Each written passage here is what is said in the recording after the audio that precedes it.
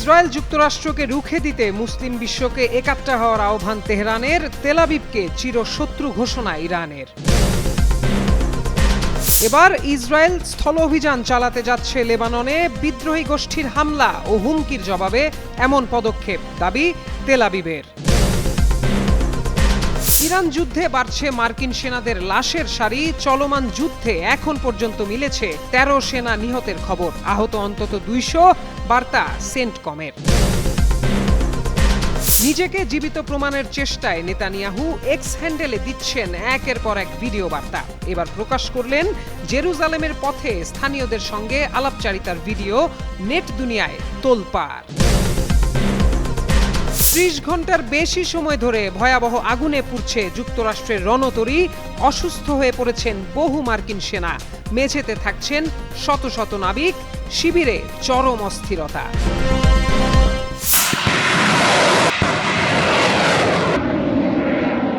যুদ্ধের ময়দানে একাই ইসরায়েল যুক্তরাষ্ট্রকে কাবু করে ছাড়ছে ইরান। তেহরানের অত্যাধুনিক সব ড্রোন আর মিসাইল হামলায় দিশেহারা অবস্থা ইসরায়েলের। যে কোনো মূল্যে যুদ্ধ বন্ধ করতে চায় যুক্তরাষ্ট্র। মধ্যপ্রাচ্যের ঘাঁটিগুলোতে টানা হামলার শিকার হওয়ার পর পিছু হটতে শুরু করেছে তারা। এরই মধ্যে ইরান নতুন করে হামলার কৌশল নিয়েছে। তারা যে কোনো মূল্যে খামেনিকে হত্যার প্রতিশোধ নিতে চায়। এজন্য মুসলিম দেশগুলোকে তেহরানের পক্ষে অবস্থান নেয়ার আহ্বান জানিয়েছেন ইরানের সর্বোচ্চ জাতীয় নিরাপত্তা পরিষদের সচিব আলী লারিজানি। সোমবার এক বিবৃতিতে তিনি বলেন, মুসলিম সংখ্যাগরিষ্ঠ দেশগুলোকে যুক্তরাষ্ট্র ইসরায়েলের সঙ্গে চলমান সংঘাতের প্রেক্ষাপটে তাদের অবস্থান পুনর্বিবেচনার আহ্বান জানাচ্ছি। আরবি ভাষায় লেখা এক চিঠিতে তিনি বিভিন্ন দেশের নেতাদের উদ্দেশ্যে বলেন, ইসলামী বিশ্বের ভবিষ্যৎ নিয়ে ভাবুন। লারিজানি বলেন, আপনারা জানেন আমেরিকা কারো প্রতি বিশ্বস্ত নয় এবং ইসরায়েল আপনাদের শত্রু। কিছু সময় থেমে নিজেদের এবং অঞ্চলের ভবিষ্যৎ নিয়ে ভাবুন। ইরান আপনাদের প্রতি আন্তরিক এবং আধিপত্য বিস্তারের কোনো উদ্দেশ্য নেই। চিঠিটি এমন সময় এলো যখন সৌদি আরব, সংযুক্ত আরব আমিরাত, কাতার এবং বাহরাইন সহ কয়েকটি মুসলিম দেশ তাদের ভূখণ্ডে ইরানের হামলার নিন্দা জানিয়েছে। অবশ্য ইরান বরাবরই বলে আসছে তাদের টার্গেট অন্য কোনো দেশ নয়, ইসরায়েল আর মধ্যপ্রাচ্যের মার্কিন ঘাঁটিই একমাত্র লক্ষ্য। হঠাৎ করেই মধ্যপ্রাচ্যে উত্তপ্ত পরিস্থিতি যেন আরও এক ধাপ এগিয়ে গেল। আকাশপথে টানা হামলার পর এবার সরাসরি স্থলপথে নেমেছে ইসরায়েলি সেনাবাহিনী, যার কেন্দ্রবিন্দুতে দক্ষিণ লেবানন। এতে করে বহুদিনের সীমান্ত উত্তেজনা এখন পূর্ণমাত্রার সংঘাতে রূপ নেওয়ার শঙ্কা দেখা দিয়েছে। ইসরায়েলের প্রতিরক্ষা বাহিনী আইডিএফ এক বিবৃতিতে জানিয়েছে, তাদের ৯১তম ব্রিগেড সোমবার থেকে দক্ষিণ লেবাননে স্থল অভিযান শুরু করেছে। সংস্থাটির দাবি, লেবাননে বিদ্রোহী গোষ্ঠী ক্রমাগত হামলা ও নিরাপত্তার হুমকির জবাব হিসেবেই এই পদক্ষেপ নেওয়া হয়েছে। এর আগে একই অঞ্চলে বিমানবাহিনী ধারাবাহিক হামলা চালিয়ে আসছিল। এদিকে ইরানকে ঘিরে যুক্তরাষ্ট্র ও ইসরায়েলের সামরিক তৎপরতার পর পুরো অঞ্চলে উত্তেজনা আরও জোরালো হয়েছে। পাল্টা প্রতিক্রিয়ায় ইরান মার্কিন ঘাঁটিগুলোকে লক্ষ্য করে ড্রোন ও ক্ষেপণাস্ত্র হামলা শুরু করে। এর জেরে বিদ্রোহী গোষ্ঠীও উত্তর ইসরায়েলে রকেট ও ড্রোন হামলা চালায়, যা পরিস্থিতিকে আরও জটিল করে তোলে। হামলার পাল্টা জবাব হিসেবে ইসরায়েল ও মধ্যপ্রাচ্যের উপসাগরীয় অঞ্চলের ৬টি দেশ সৌদি আরব, কাতার, কুয়েত, বাহরাইন, সংযুক্ত আরব আমিরাত, ওমানে অবস্থিত মার্কিন সেনা ঘাঁটিগুলোকে লক্ষ্য করে দফায় দফায় ড্রোন, ক্ষেপণাস্ত্র নিক্ষেপ করা শুরু করে ইরান, যা এখনও চলছে। এই যুদ্ধ শুরুর পর থেকে ইসরায়েলি হামলায় লেবাননে নারী শিশুসহ প্রায় ৮৫০ জন নিহত হয়েছেন বলে জানা গেছে। একই সঙ্গে প্রায় ৮ লাখ মানুষ ঘরবাড়ি ছেড়ে নিরাপদ আশ্রয়ে খোঁজে পালিয়ে গেছেন। চলছে ইরান মার্কিন ইসরায়েল যুদ্ধ।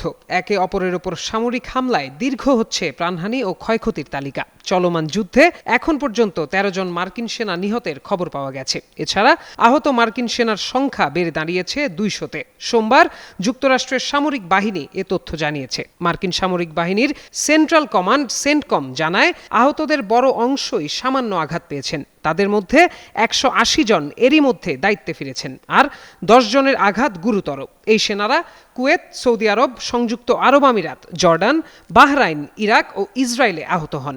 গত ২৮ ফেব্রুয়ারি ইরানে যৌথ হামলা চালায় ইসরায়েল ও যুক্তরাষ্ট্র। জবাবে ইসরায়েলের পাশাপাশি মধ্যপ্রাচ্যের মার্কিন মিত্র দেশগুলোতে পাল্টা হামলা চালানো শুরু করে ইরান। সংঘাত শুরুর পর থেকে হামলায় এ পর্যন্ত ১৩ জন মার্কিন সেনা নিহত হয়েছেন। মারা গেছেন নেতানিয়াহু এমন গুঞ্জনে যেন সরব সামাজিক যোগাযোগ মাধ্যম। বেশ কয়েকদিন আড়ালে থাকার পর মৃত্যুর গুঞ্জন ভাঙতে গত 13ই মার্চ সামাজিক যোগাযোগ মাধ্যম এক্সে একটি ভিডিও বার্তা প্রকাশ করেন ইসরায়েলের প্রধানমন্ত্রী। তবে ভিডিওতে নেতানিয়াহুর 6টি আঙুল দেখা গেছে এমন বিতর্ক শুরু হয় নেটিজেনদের মাঝে। ভিডিওটি এআই নির্মিত বলেও দাবি করেন অনেকে। সেই বিতর্ক কাটাতে গেল 15ই মার্চ আরেকটি ভিডিও পোস্ট করেন বেনিয়ামিন। সেখানে তাকে কফির কাপ হাতে কথা বলতে দেখা যায়। এখানেও বাধে বিপত্তি। ভিডিওটিকে এআই ডিপফেক বলে দাবি করে এক্সের চ্যাটবট গ্রোক। তবে হার না মেনে এবার নিজের অস্তিত্বের জানান দিতে আরও একটি ভিডিও প্রকাশ করলেন তিনি। সোমবার এক্স হ্যান্ডেলে পোস্ট করা নতুন ভিডিওতে নেতানিয়াহুকে জেরুজালেমের পথে হাঁটতে এবং স্থানীয়দের সঙ্গে কথা বলতে দেখা যায়। তিনি বলেন, কি সুন্দর, চলো একটু রোদ গায়ে মাখি। হাঁটতে হাঁটতে একটি কুকুর দেখে নেতানিয়াহুর প্রশ্ন, এটা কার কুকুর, কোন জাত? এক নারী জানান, কানানাইট ইসরায়েলি। নেতানিয়াহু হাসতে হাসতে বলেন, কানানাইট ইসরায়েলি, বাহ, বাইরে বের হওয়া ওর জন্য ভালো, তোমাদের সবার জন্যও ভালো। বাতাস খেতে বেরিয়েছো? তারপর সুরক্ষিত আশ্রয়ের প্রসঙ্গ তুললেন। কাছে নিরাপদ জায়গা আছে জানার পর বললেন, দারুণ, এটাই সবচেয়ে গুরুত্বপূর্ণ। আইডিএফ জিতবে এবং ইসরায়েল নিজেদের রক্ষা করবে। এর আগে গত রোববার নেতানিয়াহু জেরুজালেমে পাহাড়ের দ্য সাতাফ ক্যাফেতে কফি খাওয়ার ভিডিও প্রকাশ করে মৃত্যুর গুজব উড়িয়ে দিয়েছিলেন। সেই ভিডিও ছিল আবার তার আগের একটি ভিডিও প্রকাশের পর 6 আঙুল নিয়ে ছড়িয়ে পড়া গুঞ্জনের জবাবে। তবে সাতাফ ক্যাফের ভিডিওটি নেতানিয়াহুর অস্তিত্বের প্রমাণ হিসেবে বিবেচিত তো হয়ইনি, বরং এটি প্রশ্ন আরও বাড়িয়েছে, ঘোলা করেছে জল। এবার নেটিজেনদের নজরে এক্সে পোস্ট করা নেতানিয়াহুর সবশেষ ভিডিওটি। প্রত্যয় দাস, যুগান্তর নিউজ।